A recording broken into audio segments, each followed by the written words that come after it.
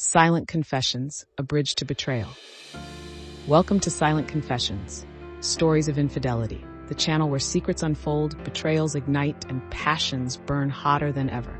Tonight, we take you on a ride through a tale of love lost, love found, and the kind of temptation that changes everything. Imagine spending 15 years with someone, building a life, only to watch it dissolve in the time it takes to sign a few papers. Now imagine stepping into a stormy night, your heart shattered, your body aching for something real, something undeniable. What happens when the ground you once stood on collapses, and the only thing left to do is reach for something, or someone, new? Stay until the end, because this is a confession you won't forget. The last signature I scratched onto that paper looked pathetic. A weak scrawl next to my now ex-husband's confident, commanding strokes. I shoved the pen into my purse and walked out of the lawyer's office without looking back. 15 years, gone in 30 minutes. Outside, the city's skyline loomed, its cold towers stretching toward a sky heavy with rain. "What now, Sophie?" I whispered to myself, my hands trembling as I fumbled for my car keys. Before I could spiral any further, my phone buzzed. Work. At least that hadn't changed. "Sophie, glad I caught you," my supervisor barked. "We need an emergency inspection on the Harborview Bridge. Storms last week, some concerned citizen reported cracks in the support columns." I exhaled, pressing my forehead against the car window. "When?" "First light. City's nervous about it. You're my best inspector. At least someone wanted me. I'll be there." The drive home to my too-empty apartment blurred into a series of neon lights and raindrops. I cranked the radio, but even a sultry jazz station couldn't drown out the hollowness in my chest. My apartment, a sterile, modern box with no yard, no garage, just an overpriced slot in a parking structure, greeted me with silence. Inside, I found more absences. My ex had been careful, slowly removing his things like a thief stealing memories in reverse. The framed photos were gone, replaced by ghostly outlines on the walls. Even my childhood albums, his final cruel touch. I opened the fridge, half a bottle of wine, some suspicious Thai takeout, and condiments of the newly divorced. The wine bottle popped open with a satisfying sigh, and I drank straight from it. My phone rang again. My mother, no doubt ready with an "I told you so" about Louis. I silenced it and walked to the window. Beyond the glass, the Harborview Bridge stood against the rain, strong and steady. Bridges made sense. They had clear rules: stress, compression, load-bearing. Measurable. Fixable, unlike marriages. I pulled up the old inspection reports on my tablet, scrolling through specifications as the wine warmed me. A hairline fracture, left unchecked, could destroy a structure from the inside out. Just like my marriage. I fell asleep on the couch, tablet glowing beside me, empty bottle on the floor.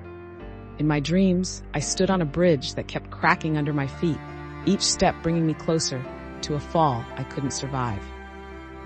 Morning came with a pounding headache and the bitter bite of strong coffee. I dressed in my usual work gear, heavy-duty pants, moisture-wicking shirt, hair in a no-nonsense ponytail. No one to impress under a bridge. The Harborview Bridge loomed ahead, an aging steel giant, fog curling around its base like ghostly fingers. The city had shut down a lane for my inspection, but impatient drivers still honked their frustrations. I strapped on my harness and got to work, meticulously checking the support columns. 3 hours in, I was beneath the eastern support when the sky darkened. Perfect. Fat raindrops began plinking off my hard hat, followed by a sudden whoosh, a downpour. I cursed and moved to cover my equipment, but then just as suddenly, the lights went out. Not just under the bridge, everywhere. The billboard across the river, the street lights, even the damn headlights of the idling cars above. "You've got to be kidding me," I muttered, reaching for my phone's flashlight. Then, "Hello? Is someone down there?" I turned, my weak phone light bouncing off the rain-slicked concrete. A stronger beam of light cut through the darkness, momentarily blinding me. "Sorry," the voice said, moving closer. "I'm Ava Morgan with Ridgeway Engineering. I was supposed to meet someone named Carter to discuss reinforcement plans." Ava. The name curled in my mouth like warm whiskey. The light lowered, revealing her face, sharp features, lips slightly parted, rain clinging to her dark hair. "That's me," I said, swallowing hard. "Though we were scheduled for tomorrow, She shrugged, stepping closer, her boots splashing through puddles. City moved it up. Communication isn't their strong suit, but since I'm here, I could use your help. For the next hour, she held her flashlight as I worked. The power outage remained, but with her light, I barely noticed. We moved in sync, our shoulders brushing.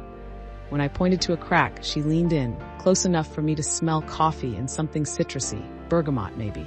That's definitely concerning, she murmured, her breath warm against my cheek. I swallowed hard. Yeah, concerning. By the time we finished, the rain had dwindled to a light drizzle. I offered her a ride. Her car was blocked in. Inside, she shook out her hair, droplets scattering across my dashboard. Sorry, she laughed. I should have brought an umbrella. I glanced at her out of the corner of my eye. At least you brought a decent flashlight. You kinda saved the day. She turned, meeting my gaze. Some people just need a little light now and then. Her voice dripped with something unspoken, something that buzzed under my skin long after I dropped her off. As I drove home, fingers gripping the wheel too tightly, one thought pounded in my skull.